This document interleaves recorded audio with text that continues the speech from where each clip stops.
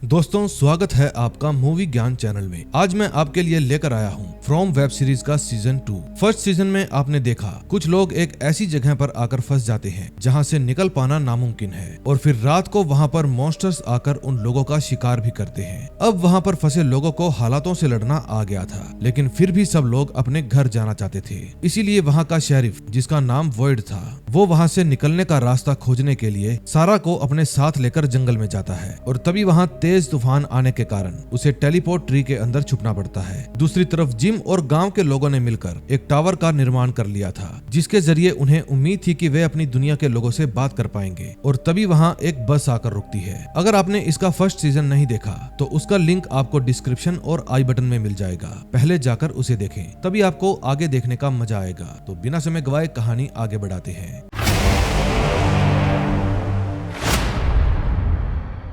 First episode की शुरुआत void के सपने से होती है। सपने के अंदर वॉइड हाथ में घंटी लिए अपनी शेरिफ की नौकरी निभा रहा था, लेकिन तभी आसमान में काले बादल छा जाते हैं और एक डरावना सा मंजर छाने लगता है। उन बादलों को देखकर वॉइड के हाथ तेजी से कांपने लगते हैं और तभी उसका सपना टूट जाता है। दरअसल उस पेड़ से टेलीपोर्ट होने के बाद वॉइड एक कुएं जैसी जगह में फंस गया था। अब वो वहाँ से निकलने की बहुत कोशिश करता है, लेकिन हर बार नाकामयाब हो जाता है। वॉइड को समझ में नहीं आ रहा था कि वो इस समय है कहाँ, और उसके साथ जो सारा नाम की लड़की थी वो कहाँ चली गई। दूसरी तरफ हम बस को देखते हैं, जो कि उस डरावने टाउन में प्रवेश कर जाती है। इस टाउन में आने के बाद अब तक कोई भी वापस नहीं गया, और शायद बस के अंदर बैठे लोगों को अंदाजा भी नहीं था कि वे इस टाउन में आकर फंस गए हैं। बस के अंदर एडजन नाम का एक लड़का भी था। उस टाउन के करीब पहुंचते ही एडजन को कुछ अजीब सा महसूस होने लगता है। शायद उसे महसूस हो गया था कि यहाँ पर कुछ गड़बड़ है। फिर एडजन तुरंत उस बस को रोकने के लिए कहता है, लेकिन बस की ड्राइवर मिस एंजेला उसे चुपचाप बैठने के लिए कहती है। फिर रैंडल नाम का एक आदमी एडजन को समझाता है कि उसे शांत रहने की जरूरत है, लेकिन घबराहट के कारण एडजन रैंडल की टी शर्ट पर ही उल्टी कर देता है। अब मजबूरन बस को रोकना ही पड़ता है। उस समय कॉलोनी हाउस के सभी लोग घर के अंदर निराश बैठे हुए थे, क्योंकि वो सिग्नल एकमात्र सहारा था उन्हें यहाँ से बाहर निकालने का। लेकिन शायद कुदरत नहीं चाहती थी कि ये लोग यहाँ से जाएं। टावर का सामान अंदर रखते वक्त चेड उस बस को देख लेता है और तुरंत ही उस बस की खबर डोना को देता है। दूसरी तरफ जिम भागकर अपने घर जा रहा था, जहां डेवेथा ने गड्ढा खोद रखा था। जिम को जब से ये संदेश मिला था कि डेवेथा को गड्ढा नहीं खोदना चाहिए था, तब से ही वो बौखला गया था। वहां पहुंचते ही जिम उस बड़े से गड्ढे को देखता है, जिसके अंदर काफी सारा सामान गिरा पड़ा था। जिम को लग रहा था कि शायद डेवेथा उस सामान के नीचे दब गई है, इसलिए वो उसे निकालने में लग जाता है। लेकिन असल में सच्चाई कुछ और ही थी। गड्ढे के अंदर गिरते ही डेवेथा काफी गहराई में पहुंच जाती है, और वहां उसे मिलता है विक्टर, जो कि उसी जादुई पेड़ से टेलीपोर्ट होकर यहाँ पर आया था। विक्टर डेवेथा को बिल्कुल चुपचाप चलने के लिए कहता है, क्योंकि वो जगह उन मॉन्स्टर्स का घर है, और अगर वे मॉन्स्टर्स जाग गए तो डेवेथा और विक्टर दोनों का ही मरना तय है। अब तेज तूफान के कारण कॉलोनी हाउस के सभी लोगों को चोट लग गई थी, लेकिन डोना के लिए अभी सबसे बड़ी समस्या वे लोग हैं जो बस में बैठकर वहां आ गए हैं। बारिश अभी बंद भी नहीं हुई थी, इसलिए बस में बैठे सभी लोग डिनर के पास आकर खड़े हो जाते हैं। कुछ लोग तो बारिश के मजे लेने लगते हैं, लेकिन अभी उन्हें नहीं पता था कि इस बारिश के बाद जो सूरज निकलेगा उसकी चमक इनकी जिंदगी में ग्रहण लगा देगी। एडजन की हालत अभी भी खराब थी, इसलिए वो बस से बाहर नहीं आता। उस बस में मौजूद मारियल नाम की एक नर्स एडजन का चेकअप करती है और उसे आराम करने के लिए कहती है। एडजन की हालत सामान्य होने के बाद वो रैंडल से माफी मांगता है। एलिस भी वहाँ पर मौजूद था। फिर वो एंजेला को समझाता है कि वे लोग कुछ देर डिनर में ही रुक जाएं, क्योंकि उन्हें अंदाजा नहीं है कि ये जगह कितनी खतरनाक है। लेकिन एंजेला उसकी एक भी नहीं सुनती। वो कहती है कि बस थोड़ी ही देर में साफ हो जाएगी और फिर वे लोग यहाँ से चले जाएंगे। दूसरी तरफ जूली भी अपने पिता का पीछा करते करते उस गड्ढे तक पहुँच जाती है, और ये बात पता चलते ही कि उसकी माँ उस गड्ढे में फंस गई है, उसके आंसू निकलने लगते हैं। जिम जूली को संभालता है और कहता है कि ये बहादुरी दिखाने का समय है, इसलिए तुम हिम्मत मत हारो। फिर वो जूली को हेल्प के लिए और लोगों को बुलाने के लिए भेजता है, ताकि उनकी हेल्प हो सके। फिर जूली दौड़कर बाहर जाती है और सभी को अपनी मॉम के बारे में बताती है। टॉम, रैंडल और बस में आया एक और शख्स जिसका नाम ब्रिक था, जिम की हेल्प करने के लिए जाते हैं, लेकिन एलिस जूली को वहीं रोक लेता है। एलिस के हाथ में चोट लगी थी, इसलिए वो खुद नहीं जा पाता और जूली को वहाँ पर भेजना उसे जोखिम भरा काम लगता है। इसलिए एलिस उसे समझा बुझाकर वहीं पर रुकने के लिए मना लेता है। रैंडल और ब्रिक जिम को अपनी पहचान बताते हैं और उसके बाद सभी लोग मिलकर सारा सामान हटाने लगते हैं। जिम सभी को सावधानी के साथ सामान हटाने के लिए कहता है, क्योंकि जरा सी हलचल से ये घर और भी अंदर धंस सकता था। उस समय गुफा में डेवेथा और विक्टर दोनों आगे ही बढ़े जा रहे थे। वो गुफा बहुत ही डरावनी थी और उनको बाहर निकलने का कोई भी रास्ता मालूम नहीं था और इसीलिए वे लोग चलते ही जा रहे थे। दूसरी तरफ वोएट अभी भी उसी कुएं के अंदर फंसा हुआ था। फिर वो बार बार सारा सारा चिल्लाने लगता है, लेकिन सारा तो वहाँ पर थी ही नहीं। फिर वोएट की आवाज सुनकर बाहर से एक आदमी आता है और वो वोएट की हेल्प करने के बदले खुद भी उससे एक हेल्प मांगता है। वोएट उसकी हर बात मानने के लिए तैयार था, क्योंकि उसे तो बस किसी भी तरह इस जगह से बाहर निकलना था। इसके बाद वो आदमी वोएट के पास एक रस्सी फेंकता है ताकि उसको बाहर निकाल सके। अब वोएट के पास रस्सी फेंकने वाला इंसान आदमी है या शैतान, ये आपको आगे पता चलेगा। दूसरी तरफ टावर और सिग्नल की सारी उम्मीदें खत्म होने के बाद चेड का दिमाग अब केवल उस निशान में ही घूम रहा था जो उसे बार बार दिखता है। चेड उस निशान के बारे में सोच ही रहा था कि तभी ईथन उसके पास आता है। ईथन को देखते ही उसे याद आता है कि वो विक्टर का दोस्त है और विक्टर के बारे में उसे जरूर पता होगा। फिर विक्टर के बारे में पूछने पर ईथन उसे विक्टर के रूम में ले आता है और वहाँ पर पहुँचते ही चेड विक्टर के रूम को उलट पुलट कर देता है, क्योंकि वो किसी भी हाल में उस निशान के बारे में जानना चाहता था। फिर ईथन चेड से पूछता है कि वो क्या कर रहा है। फिर चेड उसे सारी बात बताता है और साथ में ईथन को वो तस्वीर भी दिखाता है जिसमें विक्टर अपना लंच बॉक्स लिए उस आदमी के पीछे खड़ा हुआ था। चेड को कुछ भी करके विक्टर से मिलना था, क्योंकि एक विक्टर ही है जिससे मिलकर चेड के दिमाग में चल रही उलझन शांत हो सकती है। दूसरी तरफ एडजन को बस से बाहर निकलते ही दौरे पड़ने लगते हैं और वो जमीन पर गिर जाता है। केनी और मारियल तुरंत एडजन की हेल्प करते हैं और उसके दौरे बंद करने की कोशिश करते हैं। एडजन की मुसीबत अभी टली भी नहीं थी कि तभी वहाँ एक और मुसीबत आ जाती है। डिनर के सामने बना जिम का पूरा घर गिर जाता है और वे चारों लोग अंदर फंस जाते हैं। फिर सभी लोग दौड़कर जिम और बाकी लोगों की हेल्प करने के लिए जाते हैं, लेकिन मलबा बहुत ज्यादा था, इसलिए ये काम इतना आसान भी नहीं था।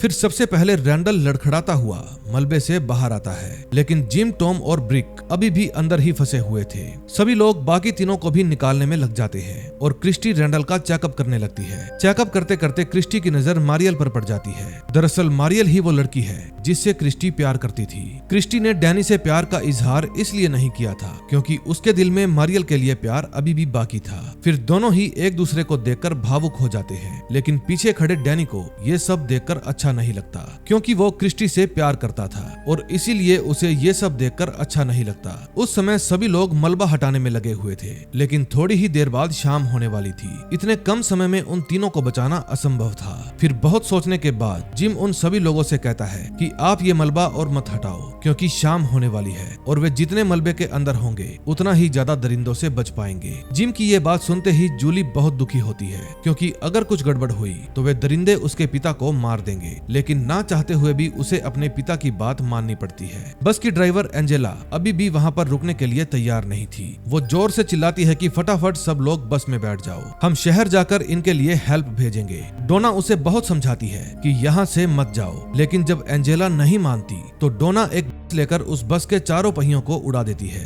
बंदूक से डरकर बस में आए आधे लोग जंगल में भाग जाते हैं और बाकी लोगों को डैनी डिनर हाउस में ले जाता है। तभी फातिमा जंगल में भागे हुए लोगों के पीछे दौड़ती है ताकि वो उनको समझाकर वापस ला सके, क्योंकि उन्हें अंदाजा भी नहीं है कि रात को इस जगह पर कैसे कैसे मॉन्स्टर्स आते हैं। अगले सीन में हम देखते हैं वॉइड अब उस जगह से बाहर आ गया था। फिर बाहर निकलते ही वॉइड को एक बूढ़ा आदमी दिखता है जो कि बेड़ियों से बंधा हुआ था। उसी आदमी ने वॉइड की मदद की थी, लेकिन मदद करने के बदले वो वॉइड से क्या चाहता था ये आपको आगे पता चलेगा।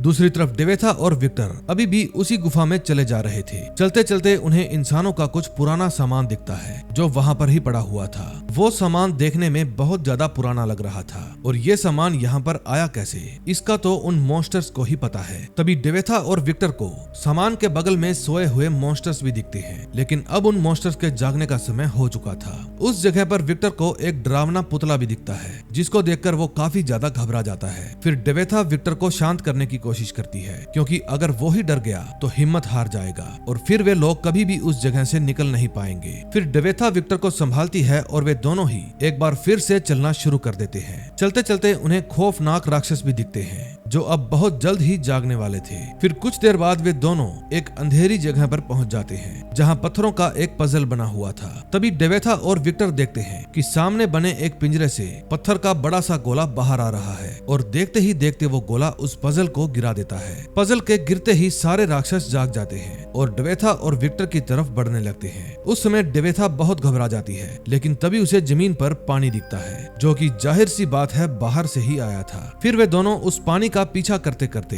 गुफा से बाहर आ जाते हैं, लेकिन शाम होने ही वाली थी और डेवेथा को आगे का रास्ता भी नहीं पता था। फिर विक्टर डेवेथा से कहता है कि उसे पता है कि उन्हें किस दिशा में जाना है, क्योंकि वो इस जगह पर बचपन से था और इस जंगल का चप्पा चप्पा जानता था। फिर डेवेथा विक्टर की बात मानकर उसके साथ चल देती है और इसी के साथ फर्स्ट एपिसोड का एंड हो जाता है। अब हम नेक्स्ट एपिसोड में देखेंगे क्या होता है। सेकंड एपिसोड की शुरुआत वॉइड से होती है। उस कुएं जैसी जगह से निकलने के बाद वॉइड एक बूढ़े आदमी से मिलता है जिसका नाम मार्टिन था। बाहर आते ही वॉइड सबसे पहले अपनी बंदूक निकालता है, क्योंकि ये जगह मॉन्स्टर से भरी हुई है और हो सकता है कि मार्टिन भी कोई मॉन्स्टर हो। हालांकि मार्टिन की बातें सुनने के बाद वॉइड का शक दूर हो जाता है। तभी मार्टिन वॉइड से कहता है कि वो भी उस जादुई पेड़ की वजह से टेलीपोर्ट होकर यहाँ पर आ गया था और एक अरसा हो गया है वो यहीं पर फंसा हुआ है। फिर वॉइड मार्टिन की जंजीरें खोलता है, लेकिन मार्टिन वॉइड को रिक्वेस्ट करता है कि तुम मुझे मार दो और यहाँ से चले जाओ, क्योंकि यहाँ पर कोई भी किसी पर रहम नहीं खाता और मर जाने पर मुझे भी अपने इस तड़पते हुए जीवन से छुटकारा मिल जाएगा। लेकिन वॉइड उसकी बात नहीं मानता, क्योंकि उसने तय कर लिया था कि वो मार्टिन की जान बचा लेगा। दूसरी तरफ डोना बंदूक की नोक पर एंजेला को और बस में मौजूद सभी लोगों को वहीं पर रोक कर रखती है। फिर डोना सभी को शांत करवाती है और शुरू से लेकर एंड तक पूरी कहानी बताती है कि कैसे वो गिरा हुआ पेड़ दिखने के बाद सब लोग इसी जगह पर आकर फंस जाते हैं। तभी क्रिस्टी और मारियल दूसरे कमरे में बातें करने के लिए चले जाते हैं, क्योंकि एक लंबे समय से ना मिलने के कारण वे दोनों अपने इमोशंस को रोक नहीं पा रही थी। लेकिन उन दोनों के मिलने के कारण सबसे ज्यादा दुखी था डैनी, जो कि क्रिस्टी से प्यार करता था। लेकिन जूली तो बार बार खिड़की से उस मलबे की तरफ देख रही थी, क्योंकि आज की रात जूली के परिवार के लिए सबसे डरावनी रात थी। फिर डैनी जूली के पास जाता है और समझाता है कि परेशान होने की कोई भी जरूरत नहीं है, जो होगा सब ठीक होगा। फातिमा भी अब डाइनर के पास आ चुकी थी, लेकिन अफसोस की बात ये थी कि उसे बस से निकलकर जंगल में भागा हुआ एक भी आदमी दिखाई नहीं दिया। दरअसल वे लोग डोना से डरकर छुप गए थे, लेकिन उन्हें नहीं पता था कि कुछ ही देर में वहां पर मॉन्स्टर्स आने वाले हैं और वे लोग उनसे नहीं छुप सकते। तभी एलिस देखता है कि वो मॉन्स्टर्स आने शुरू हो गए हैं, इसलिए वो फातिमा को खींचकर अंदर ले जाता है। तभी फातिमा उन मॉन्स्टर्स के ऊपर आग बबूला हो जाती है, लेकिन एलिस उसे रोकता है, क्योंकि वो मॉन्स्टर्स यही चाहते थे कि फातिमा गुस्से में आकर दरवाजा खोल दे। मलबे के नीचे दबे हुए तीनों लोगों में से सबसे ज्यादा परेशानी ब्रिक को हो रही थी, क्योंकि वो सांस भी नहीं ले पा रहा था। ब्रिक का पेट दबने की वजह से उसके मुंह से खून भी निकलने लगता है। फिर टॉम ब्रिक की हेल्प करने की कोशिश करता है, लेकिन वो उस तक नहीं पहुंच पाता। अब यहाँ सभी लोगों को परेशानियां ही परेशानियां थी। अब इन मुसीबतों के समंदर में एक और मुसीबत भी आ जाती है। अब रैंडल धोखे से डैनी की जेब से उसकी बंदूक निकाल लेता है और उसकी ही कनपट्टी पर रख देता है। रैंडल को अभी भी लग रहा था कि ये लोग उनके साथ मजाक कर रहे हैं और जबरदस्ती उनको यहाँ पर रोके हुए हैं। फिर डैनी की जान खतरे में देखकर डोना परेशान हो जाती है, लेकिन जब रैंडल दरवाजा खोलने की बात करता है तो डोना उसके ऊपर ही गन तान देती है। डोना जानती है कि डैनी की जान बहुत कीमती है, लेकिन अगर रैंडल ने दरवाजा खोल दिया तो वहाँ पर मौजूद सब लोग मारे जाएंगे। फिर डोना और रैंडल के बीच में बहस शुरू हो जाती है और इसी मौके का फायदा उठाकर डैनी रैंडल के हाथ से गन छीन लेता है। फिर डोना रैंडल को बंदूक के पिछले हिस्से से मारकर नीचे गिरा देती है और इस तरह उन्हें एक मुसीबत से तो छुटकारा मिलता है। दूसरी तरफ वॉइट मार्टिन को बचाने में लगा हुआ था, लेकिन उसे अभी नहीं पता था कि मार्टिन कैसा इंसान है। तभी वॉइट अपने सामने एक पड़े हुए खिलौने को देखता है, जिसके अंदर से गाना बजने लगता है। फिर मार्टिन वॉइट से कहता है कि इस गाने के बंद होने से पहले यहाँ से चले जाओ, क्योंकि वो राक्षस यहाँ आने ही वाले हैं। लेकिन वॉइट नहीं मानता। फिर देखते ही देखते गाना बंद हो जाता है और यहीं से वॉइट का बुरा वक्त शुरू हो जाता है। बेड़ियां खुलते ही मार्टिन गिर जाता है। तभी वॉइट देखता है कि मार्टिन के शरीर के अंदर कीड़े चल रहे हैं। अब वो मार्टिन से कुछ पूछ पाता, इससे पहले ही मार्टिन उसका हाथ नोच लेता है, लेकिन वॉइट जैसे तैसे करके खुद को बचा लेता है और वहां से भाग जाता है। उस जगह से बाहर जाते ही वॉइट देखता है कि पूरा का पूरा खंडहर गायब हो गया है। अब ना ही वहां पर मार्टिन था और ना ही वो कुआं। वॉइट समझ नहीं पा रहा था कि ये हो क्या रहा है। और जाहिर सी बात है कि ये बात किसी को भी समझ में नहीं आएगी। इस पूरे टाउन में हजारों रहस्य छुपे हुए थे, लेकिन इन सभी रहस्यों को समझ पाना बहुत ही मुश्किल है। मार्टिन भी सभी रहस्यों में से एक था। मार्टिन के शरीर में जो कीड़े चल रहे थे, हो सकता है कि सदियों से यहाँ पर बंद होने के कारण ऐसा हो, या फिर ऐसा भी हो सकता है कि मार्टिन उन्हीं सभी मॉन्स्टर्स में से एक हो। अगले सीन में हम दो कपल्स को देखते हैं जो उसी बस में आए थे। उन दोनों को भी यही लग रहा था कि इस टाउन के लोग उनके साथ मजाक कर रहे हैं। फिर वे दोनों एक खाली घर में जाकर छुप जाते हैं, लेकिन तभी बाहर से कोई उन्हें आवाज लगाता है, पर वे दोनों दरवाजा खोलने में हिचकिचा रहे थे। फिर बाहर खड़ा हुआ आदमी कहता है कि मैं तुम्हारी हेल्प कर सकता हूँ, प्लीज दरवाजा खोलो। फिर वे लोग दरवाजा खोल देते हैं। अब आप समझदार हैं कि इनके साथ क्या हुआ होगा। अब मॉन्स्टर्स डिनर हाउस के चारों तरफ फैल चुके थे। अब सबसे ज्यादा खतरा उन लोगों को था जो कि उस जंगल में भाग गए थे। उन्हीं लोगों में से एक बूढ़ा आदमी और उसकी पत्नी बस के अंदर ही छुपे हुए थे, लेकिन बदकिस्मती से एक मॉन्स्टर उन्हें देख लेता है और फिर उनके साथ भी वही करता है जो वहाँ के बाकी लोगों के साथ होता आ रहा है, यानी कि वो दरिंदा उन दोनों को बुरी तरह से मार देता है। तभी मार्टिन से पीछा छुड़ाने के बाद वॉइड जंगल में भागने लगता है। अब मॉन्स्टर्स यहाँ पर हर तरफ फैले हुए थे। फिर जैसे तैसे वॉइड विक्टर और ड्वेथा के पास पहुंच जाता है। ड्वेथा जल्दी से वॉइड को अंदर ले लेती है, लेकिन उनके सामने एक और आदमी आ जाता है जो हेल्प की पुकार लगाता है। वॉइड और ड्वेथा उस आदमी को देखकर बहुत घबरा जाते हैं, क्योंकि ये कोई मॉन्स्टर भी हो सकता है। लेकिन जब वॉइड को एहसास होता है कि ये इंसान ही है, तो वॉइड उसे भी अंदर ले लेता है और जल्दी से दरवाजा बंद कर लेता है। दरअसल ये आदमी कोई और नहीं बल्कि एडजेन था, और डर के मारे ये डिनर हाउस से भाग गया था। वॉइड, ड्वेथा और विक्टर तीनों ही एडजेन को नहीं जानते थे, इसलिए वॉइड एडजेन पर बंदूक तान देता है, लेकिन एडजेन घबराकर उसे बंदूक नीचे करने के लिए कहता है और बस वाली पूरी स्टोरी सुनाता है। दूसरी तरफ मलबे के नीचे दबे होने के कारण ब्रिक के मुंह से अभी भी खून बह रहा था, लेकिन इन तीनों को ही नहीं पता था कि मौत उनके सिर पर मंडरा रही है। तभी एक मॉन्स्टर ब्रिक की चीख सुनकर मलबे के पास आ जाता है और उन तीनों को देख लेता है। सबसे पहले वो ब्रिक और टॉम पर हमला करता है, क्योंकि जिम काफी नीचे दबा हुआ था। डिनर हाउस के अंदर जोर जोर से चीखने चिल्लाने की आवाजें आने लगती है। जूली समझ जाती है कि उसके पिता के पास मॉन्स्टर्स पहुंच गए हैं। फिर वो दौड़कर बाहर जाने लगती है, लेकिन डोना उसे रोक लेती है, क्योंकि भावुक होकर अगर जूली ने दरवाजा खोल दिया तो वे सब लोग मारे जाएंगे। अब जूली चाहकर भी उस रात अपने पिता से नहीं मिल पाती। दूसरी तरफ वॉइड और ड्वेथा के पास बैठा विक्टर कुछ ड्रॉ करने लगता है। दरअसल ये उसी डरावने पुतले की पेंटिंग थी जिसे विक्टर ने उस गुफा में देखा था। विक्टर जब भी उस जगह पर किसी नई चीज को देखता था तो वो उसे ड्रॉ कर लेता था। फिर वॉइड को ये बात थोड़ी अजीब लगती है, लेकिन वो इस पर ज्यादा ध्यान नहीं देता। फिर जैसे ही सुबह होती है तो जूली और बाकी के सब लोग दौड़कर मलबे के पास जाते हैं। वे देखते हैं 2 लोग मर चुके हैं। अब खुशी की बात यह थी कि जिम अभी भी जिंदा था। फिर जूली अपने पिता को देखकर बहुत खुश होती है। फिर सभी लोग मलबा हटाने के काम में लग जाते हैं। तभी एंजेला बस को देखने के लिए उसके अंदर जाती है, लेकिन वहाँ पर पड़ी हुई कटी फटी लाशें देखकर उसकी चीख निकल जाती है। तभी हम वॉइड, विक्टर और ड्वेथा को देखते हैं, जो कि सुबह होते ही उस जगह को बंद करके वहाँ से बाहर जाने लगते हैं। चलते चलते वॉइड को अचानक से अपने हाथ में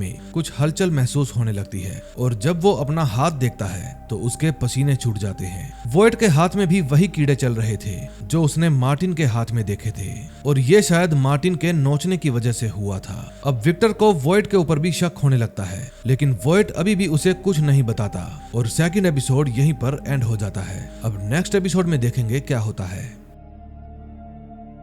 थर्ड एपिसोड की शुरुआत वॉइड, विक्टर और ड्वेथा से होती है। अब वे तीनों टाउन में वापस आ चुके थे, लेकिन वॉइड अभी भी उन कीड़ों का रहस्य समझ नहीं पाया था। एलिस वॉइड को वापस देखकर बहुत खुश होता है। उन दोनों बाप बेटों में भले ही कितनी भी नाराजगी हो, लेकिन कहीं न कहीं वे एक दूसरे से अभी भी बहुत प्यार करते हैं। तभी एलिस से बात करते वक्त वॉइड को साफ साफ नजर आ रहा था कि वो किसी बात को लेकर परेशान है। वॉइड एलिस से उसकी परेशानी का कारण पूछता है। फिर जवाब में एलिस बताता है कि वो फातिमा को लेकर परेशान है, क्योंकि पिछली रात फातिमा के साथ बहुत बुरा हुआ और मुझे ये लगा कि मैंने फातिमा को खो दिया है। फिर वॉइड अपने बेटे को हिम्मत देता है और कहता है कि ये लड़ाई हमें साथ रहकर जीतनी होगी। जब तक हम सब साथ हैं तब तक ये जगह हम किसी और को जीतने नहीं देंगे। इसके बाद एलिस अपने बाप के गले लग जाता है और वहाँ से चला जाता है। अगले सीन में हम जिम को देखते हैं। उस समय क्रिस्टी उसका इलाज कर रही थी। उस रात टॉम और ब्राक तो मारे गए थे, लेकिन जिम लकी था, वो बच गया।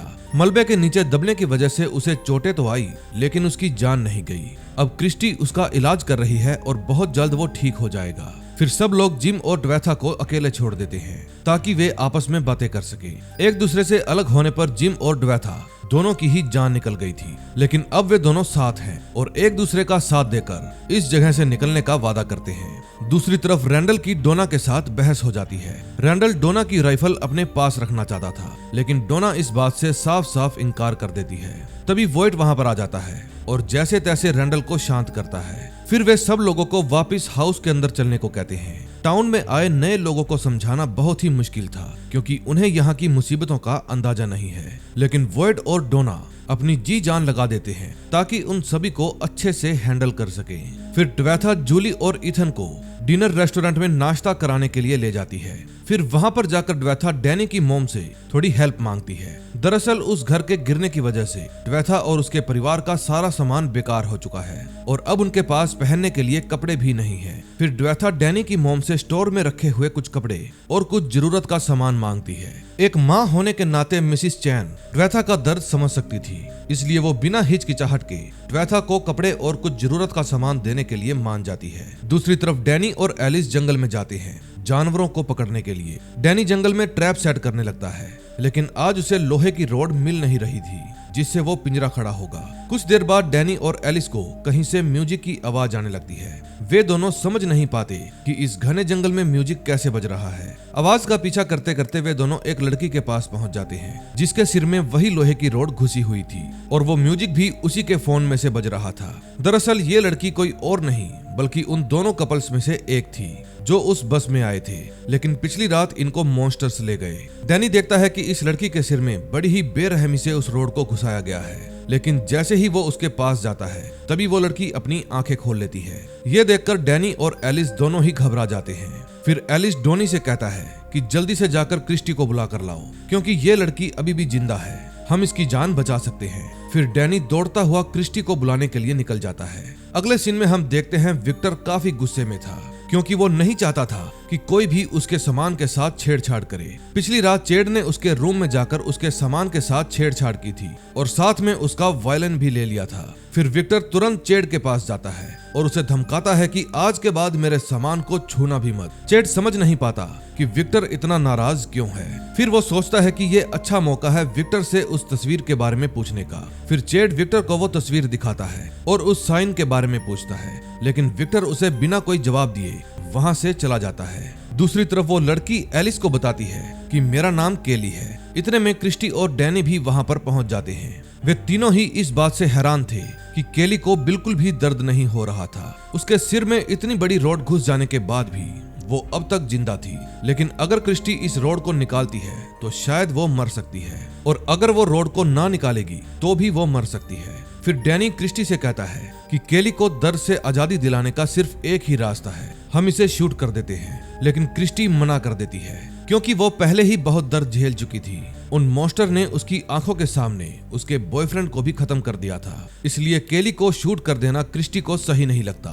फिर केली क्रिस्टी को अपने पास बुलाती है और उसे एक लेटर लिखने के लिए कहती है जो कि केली की माँ के लिए था। केली खुद भी जानती थी कि कुछ ही देर में वो मर जाएगी, इसीलिए वो खत के जरिए अपनी माँ को आखिरी बार अपनी याद दिलाना चाहती थी। तभी हम फातिमा को देखते हैं जो एल्गिन से बात कर रही थी। एल्गिन फातिमा से पूछता है कि क्या यहाँ आसपास कोई झील है, और जब फातिमा हाँ में जवाब देती है तो एल्गिन उस झील के पास चलने के लिए कहता है। दरअसल उस टाउन में आने से पहले एल्गिन जब बस में बैठा था तो उसे एक झील का आभास हुआ था, और वो वहां पर जाकर देखता है ये वही झील थी जिसका उसे आभास हुआ था। फिर जब वो ये बात फातिमा को बताता है तो वो कहती है कि ये जगह रहस्यों से भरी हुई है, यहाँ पर ऐसी चीजें होना सामान्य बात है। दूसरी तरफ वॉइट अपनी पत्नी की कब्र से बातें करने के लिए जाता है। वॉइट अभी भी ये समझ नहीं पा रहा था कि मार्टिन को वॉइट की बीवी एवी के बारे में कैसे पता चला, जबकि वॉइट तो उससे पहले कभी मिला ही नहीं था। वॉइट ये सब सोच ही रहा था कि तभी जंगल से उसे केली की चीख सुनाई देती है। चीख को सुनकर वॉइट तुरंत केली के पास पहुंच जाता है। अब केली को दर्द होना शुरू हो चुका था, इसीलिए वो चिल्ला रही थी, और इस दर्द से उसे आजाद करने के लिए वॉइट उसके सिर से रॉड निकाल देता है। लेकिन अफसोस की बात यह थी कि रॉड निकालते ही केली मर जाती है। फिर अपनी नम आंखों के साथ अपने टाउन में आए एक और शख्स को वे लोग आखिरी विदाई देते हैं। फिर वहां से निकलने के बाद एलिस फातिमा से मिलने जाता है और वॉइट डोना से। एलिस ने फातिमा से वादा किया था कि इस जंगल से निकलने के बाद वे लोग शादी कर लेंगे, लेकिन अब इस जंगल से निकलने की उम्मीद दिखना बंद हो गई थी। इसीलिए एलिस फातिमा को यहीं पर शादी करने के लिए कहता है। ये सुनकर फातिमा बहुत खुश हो जाती है और फिर वे दोनों अपने ही मस्ती में खो जाते हैं। केली की दर्दनाक मौत को देखकर क्रिस्टी की हालत थोड़ी खराब थी। फिर वो मारियल के पास जाती है और उसके सीने से लगकर रोने लगती है। क्रिस्टी मैरियल से बेइंतहा मोहब्बत करती थी और नहीं चाहती थी कि अब मरियल कभी भी उसे छोड़कर जाए। अगले सीन में हम ट्वेथा और ईथन को देखते हैं, जो कि एक साथ बैठकर बातें कर रहे थे।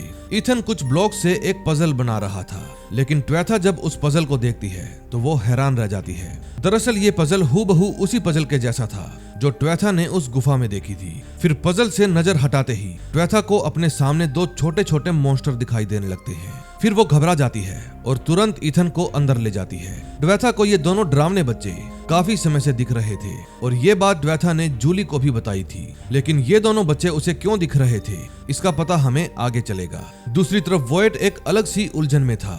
वो डोना को बताता है कि जब वो इराक में था और अपनी यूनिट को कमांड दे रहा था, तब उसने अपने सामने केली और ब्रायन को मरते हुए देखा था। तो ये कैसे हो सकता है कि वे दोनों कपल्स ब्रायन और केली इस टाउन में वापस आ गए। उस समय डोना को वॉयट की ये फालतू बातें सुनने में कोई भी दिलचस्पी नहीं थी। फिर वो वॉयट से सिर्फ इतना पूछती है कि जब तुम जंगल में गए तो तुम्हें वहां पर क्या मिला। फिर वॉयट डोना को बिना जवाब दिए वहां से जाने लगता है। ये देखकर डोना उससे नाराज हो जाती है, क्योंकि वॉयट उससे कोई भी बात शेयर नहीं करता था, बस केवल सवाल ही पूछता रहता था। फिर उन दोनों के बीच में बहस होने लगती है। दूसरी तरफ डैनी अपने घर में कुछ ढूंढ रहा था, तभी उसे अचानक बेसमेंट से कुछ आवाज आती है। लेकिन जब वो नीचे देखने के लिए जाता है तो अपने सामने सेरा को खड़ी देखकर उसके होश उड़ जाते हैं और इसी के साथ थर्ड एपिसोड का एंड हो जाता है। अब नेक्स्ट एपिसोड में देखेंगे क्या होता है। फोर्थ एपिसोड की शुरुआत पास्ट से होती है। ये बात तब की है जब डैनी और उसकी फैमिली इस टाउन में आए थे। डैनी के पिता हर वक्त बीमार रहा करते थे और एक रात तो उन्होंने घर का दरवाजा भी खोल दिया था, लेकिन खुशकिस्मती से वे लोग बच गए। उस रात के बाद डैनी और उसकी माँ काफी डर जाते हैं, इसलिए वो मिस्टर चैन को क्रिस्टी के पास छोड़ देते हैं। वहाँ पर और भी लोग थे, इसलिए उन दोनों की चिंता खत्म हो जाती है। अब कहानी प्रेजेंट में आती है। डैनी को अब इस बात का अफसोस था कि अगर उस दिन उसने अपने पिता को अकेला ना छोड़ा होता तो शायद वे आज जिंदा होते। वॉयट भी डैनी को पहले दिन से ही पसंद करता था और उस पर खुद से भी ज्यादा भरोसा करता था। डैनी भी उनको अपने बड़े भाई की तरह मानता था, लेकिन डैनी का भरोसा तब टूटेगा जब उसको वॉयट की असलियत पता चलेगी। दूसरी तरफ जेड को ये देखकर खुशी नहीं होती कि जिम और उसका परिवार अब डिनर हाउस में रहने लगे हैं, लेकिन वो कुछ कर भी नहीं सकता था। दूसरी तरफ डैनी को अपनी बेसमेंट में सेरा दिखती है। उसको देखकर वो घबरा जाता है और दौड़कर सीधा वॉयट के पास जाता है।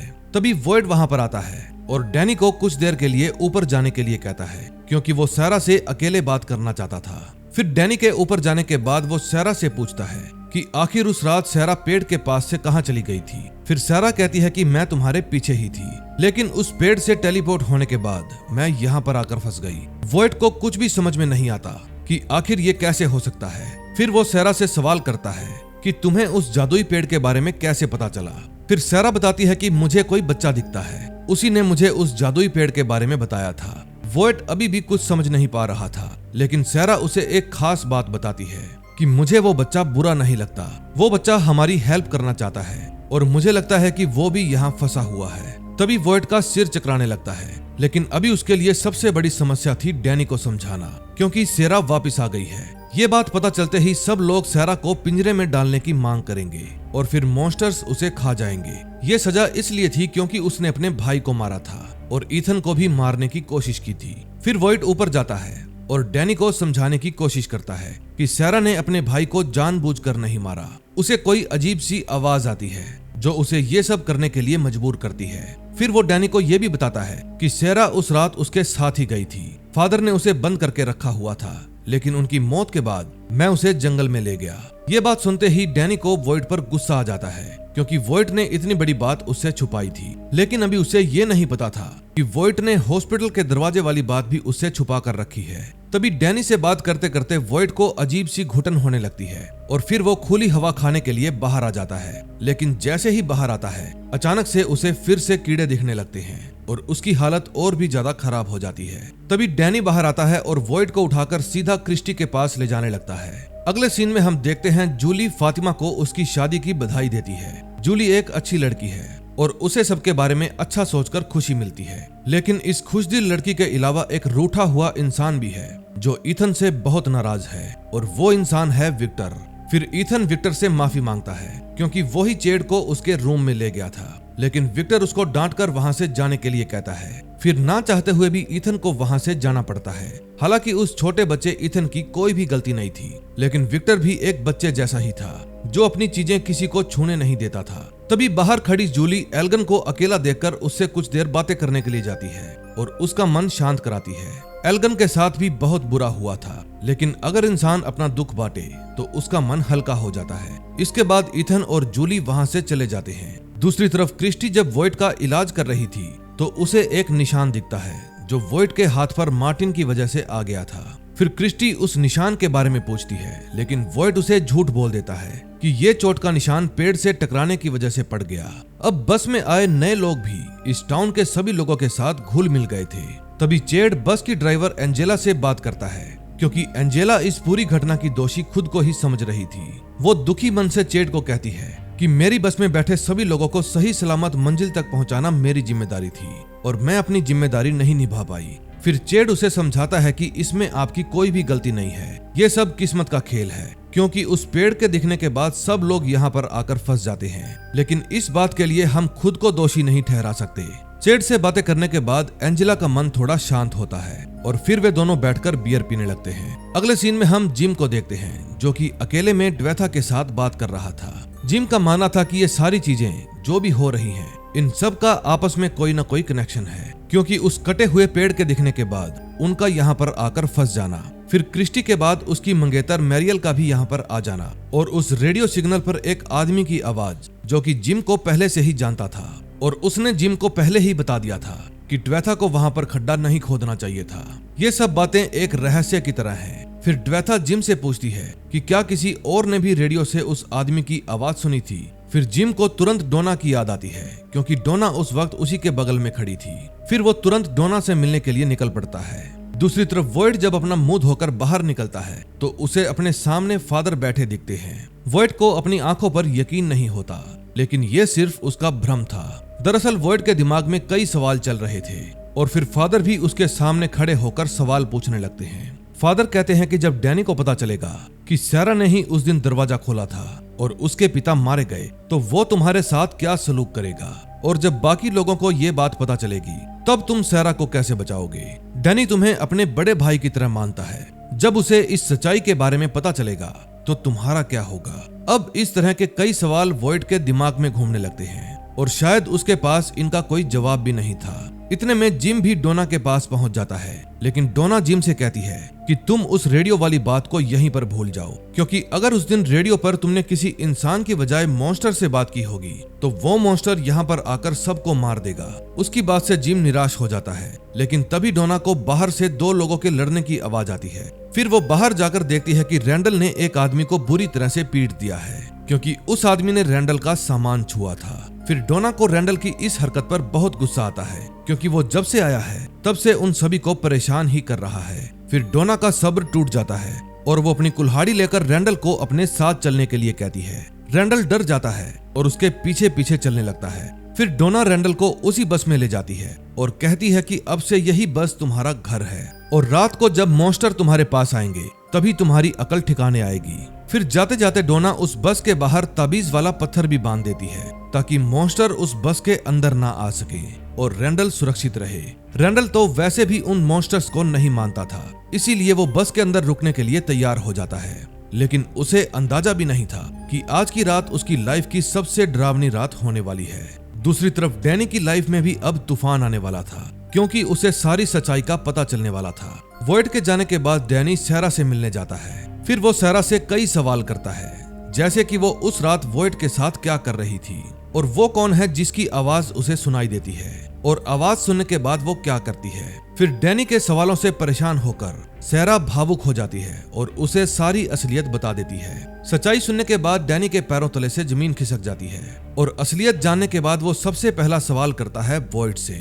उस समय डैनी बहुत उदास था, क्योंकि उसकी माँ हर रोज अपने पति को याद करके रोती रहती है और वॉइड ने इतनी बड़ी सच्चाई उससे क्यों छुपाई। फिर वॉइड कहता है कि मैं तुम्हें सब कुछ बताने वाला था, लेकिन डैनी उसकी एक भी बात नहीं सुनता और कहता है कि सैरा को अब पिंजरे में जाने से कोई भी नहीं रोक सकता। इतना कहकर वो वहां से चला जाता है। डैनी की धमकी सुनने के बाद वॉइड का दिमाग खराब हो जाता है और काम करना बंद कर देता है। अब नेक्स्ट एपिसोड में देखेंगे क्या होता है।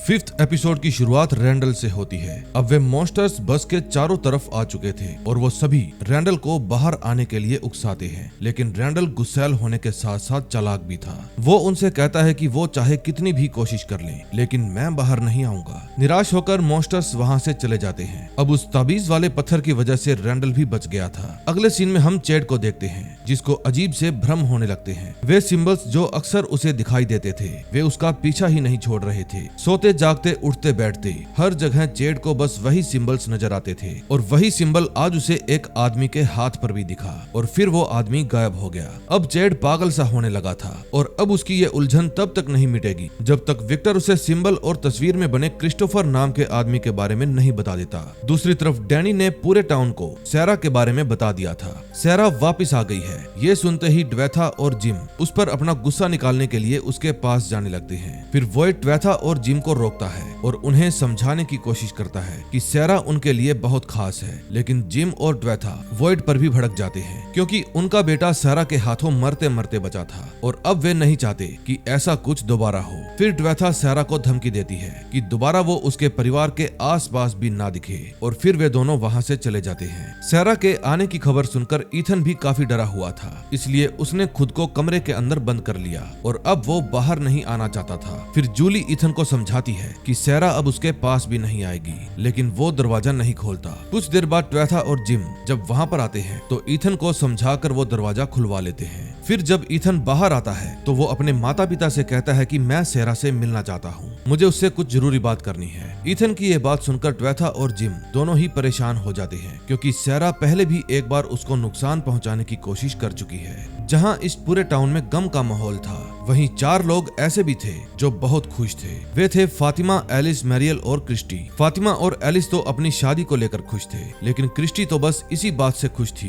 कि उसे उसकी मंगेतर वापस मिल गई। अब क्रिस्टी और मैरियल एक ही रूम में रहने लगे थे। वहीं पर वे दोनों खाते पीते सोते और रोमांस करते। अगले सीन में हम सैरा को देखते हैं जो अपने पुराने घर में वापस आ गई थी। सैरा और उसके भाई के चले जाने के बाद वो घर किसी और को दे दिया गया था, लेकिन सैरा को वहां से अपने भाई की कुछ यादें वापस लेनी थी। सैरा को देखते ही उस घर में रहने वाले लोग उस पर भड़क जाते हैं। फिर सैरा उन्हें समझाती है कि वो बस यहाँ पर अपने भाई की जैकेट और बॉक्स लेने के लिए आई है जिसमें उसके बचपन के खिलौने पड़े थे, लेकिन वे लोग कुछ भी सुनने को तैयार नहीं थे। वे सैरा से कहते हैं कि चुपचाप ये जैकेट नीचे रख दो और यहाँ से फूट लो, और रही बात बॉक्स की, वो हमने मिसिस चैन के पास भिजवा दिया है। फिर सैरा को मजबूरन वो जैकेट वहाँ पर रखकर जाना पड़ता है, लेकिन अब सबसे बड़ी परेशानी ये थी कि मिसिस चैन से वो बॉक्स कैसे लिया जाए क्योंकि उनके पति को सैरा ने ही मारा था। ये बात जानने के बाद वो बॉक्स कभी भी नहीं देंगी। दूसरी तरफ विक्टर अपना वॉयलिन लेकर चेड के पास जाता है और कहता है कि मैं तुम्हें उस सिंबल के बारे में बताऊंगा, लेकिन मेरी भी एक शर्त है कि तुम्हें मेरे साथ चलकर एक जगह पर जाकर वायलिन बजाना होगा। फिर चेड विक्टर की बात मान जाता है। फिर विक्टर उसको जंगल के एक सुनसान इलाके में ले जाता है। वहाँ पर पहुँचते ही चेड ने जो देखा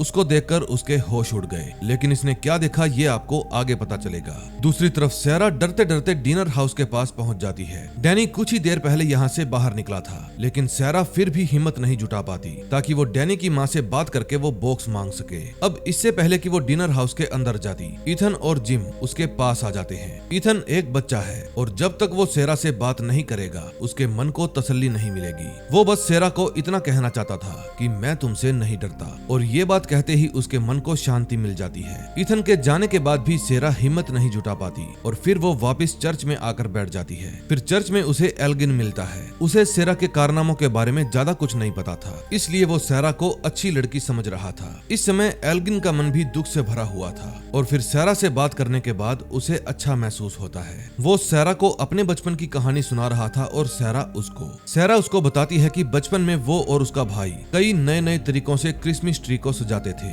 और उसके भाई की पसंद हमेशा से ही उससे ज्यादा अच्छी थी। सैरा के भाई को छोटे छोटे स्नोमैन टॉय जोड़ने का भी बहुत शौक था। और सैरा अपने भाई नेथन के सामान के साथ उन्हीं टॉयज को लेने के लिए डैनी की मॉम के पास गई थी। फिर एल्गिन से बात करने के बाद सैरा उस डिनर हाउस में पहुंच जाती है। सैरा को देखते ही टोनी की माँ के आंसू निकलने लगते हैं। फिर उनका अपार दुख सैरा के ऊपर एक उग्र तूफान की तरह बरस पड़ता है। वो सैरा से कहती है कि मैंने तुम्हारा ख्याल रखा और तुमने मेरी जिंदगी खराब कर दी। मिसिस चैन अब उसकी शक्ल भी देखना नहीं चाहती थी। फिर वो अंदर जाती है और सैरा का बॉक्स उसके सामने लाकर रख देती है। सैरा भी बिना कुछ बोले चुपचाप वो बॉक्स उठाकर वहाँ से चली जाती है, लेकिन बदकिस्मती से उसे वहाँ से बाहर निकलते ही डैनी मिल जाता है। सैरा को देखते ही डैनी को अपने मरे हुए पिता की याद आने लगती है और फिर वो गुस्से में आकर उसका सारा सामान नीचे फेंक देता है। फिर सैरा उसके आगे हाथ जोड़ती है कि वो उसका सामान ना फेंके, लेकिन डैनी उसकी एक भी नहीं सुनता। फिर सामान नीचे गिरते ही सैरा जल्दी से वो स्नोमैन टॉय उठा लेती है, लेकिन डैनी वो भी उससे छीनकर तोड़ देता है।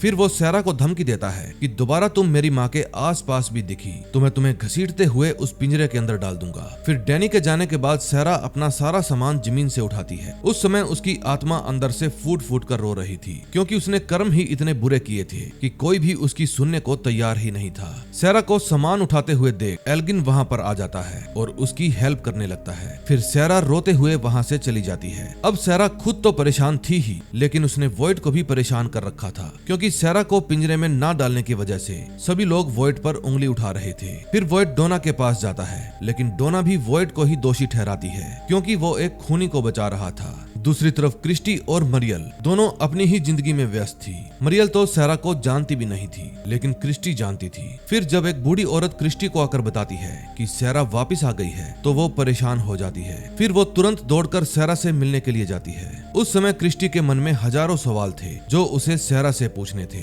लेकिन मैरियल उसे रोकती है, क्योंकि सैरा ने जो कुछ भी किया था उससे क्रिस्टी का कोई भी लेना देना नहीं था। इसलिए वो उसे समझाती है कि तुम्हें परेशान होने की कोई भी जरूरत नहीं है। फिर वो क्रिस्टी को कहती है कि मैं तुम्हारे साथ हूँ, चाहे कुछ भी हो जाए, और फिर वो क्रिस्टी को मनाकर घर के अंदर ले जाती है। अगले सीन में हम विक्टर को देखते हैं, जो कि चेड को जंगल के एक सुनसान इलाके में ले जाता है। चेड देखता है वहाँ पर सैकड़ों टूटी फूटी कारें खड़ी हैं, जिन्हें विक्टर ने लोगों से छुपा कर रखा हुआ है। फिर विक्टर चेड को उसी जगह पर वायलिन बजाने के लिए कहता है और खुद एक कार के ऊपर जाकर बैठ जाता है, ताकि चैन से वायलिन सुन सके। फिर वायलिन खत्म होने के बाद चेड विक्टर से अपनी शर्त पूरी करने के लिए कहता है, लेकिन विक्टर मुंह मोड़कर वहाँ से जाने लगता है। चैड को बहुत गुस्सा आता है, क्योंकि एक तो विक्टर ने उसे वायलिन भी बजवा लिया और ऊपर से उस सिंबल के बारे में भी कुछ नहीं बताया।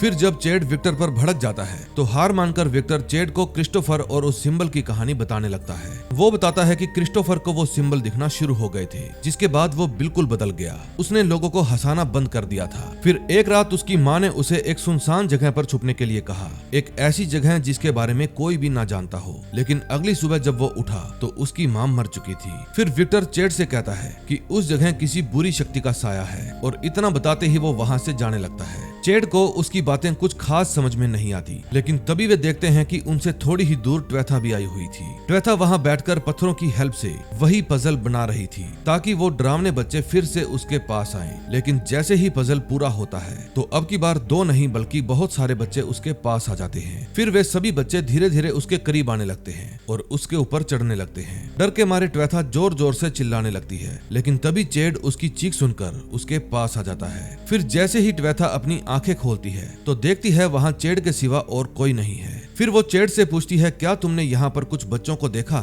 जो मेरे आसपास खड़े थे? लेकिन चेड को कुछ भी समझ में नहीं आता कि वो क्या कह रही है, क्योंकि उसने किसी भी बच्चे को वहाँ पर नहीं देखा था। अब लास्ट सीन में हम वॉइड को देखते हैं, जो जिम से जाकर मिलता है। जिम वॉइड को वही रेडियो सिग्नल वाली बात बताता है और कहता है, कोई तो है जो हमें सुन रहा था और देख रहा था, लेकिन वो कौन है इसके बारे में हमें कुछ भी नहीं पता। वॉइड को भी जिम की बात कुछ कुछ सही लगती है, लेकिन फिलहाल वो जिम की बात का कोई भी जवाब नहीं देता और वहाँ से सीधा डिनर हाउस चला जाता है मिसिस चैन से मिलने के लिए। रैंडल भी अब उस बस के अंदर ऐशो आराम से रहने लगा था, जैसे उसे उन मॉन्स्टर्स का कोई डर ही ना हो। लेकिन अगर वो पत्थर उस बस से गिर गया तो रैंडल के साथ कुछ भी हो सकता है। तभी डिनर हाउस पहुंचने के बाद वॉइड के हाथ में फिर से दर्द होने लगता है और उसे वही कीड़े दोबारा अपने हाथ में दिखाई देने लगते हैं। फिर जब डैनी की माँ बाहर आती है तो वॉइड उनसे कहता है कि मुझे आपसे बहुत जरूरी बात करनी है। अब नेक्स्ट वीडियो में देखेंगे वो जरूरी बात क्या थी। दोस्तों अगली वीडियो में बहुत से राज खुलने बाकी हैं, इसलिए नेक्स्ट वीडियो का इंतजार करें। बहुत ही जल्द मैं उसको अपलोड करने वाला हूँ। तो प्लीज अगर अब तक आपने हमारा चैनल सब्सक्राइब नहीं किया तो कर लें और बेल आइकन दबाना मत भूलना, ताकि जैसे ही नई वीडियो आए आपको नोटिफिकेशन मिल जाए। हम मिलेंगे नए दिन नई वीडियो के साथ। Till then bye bye.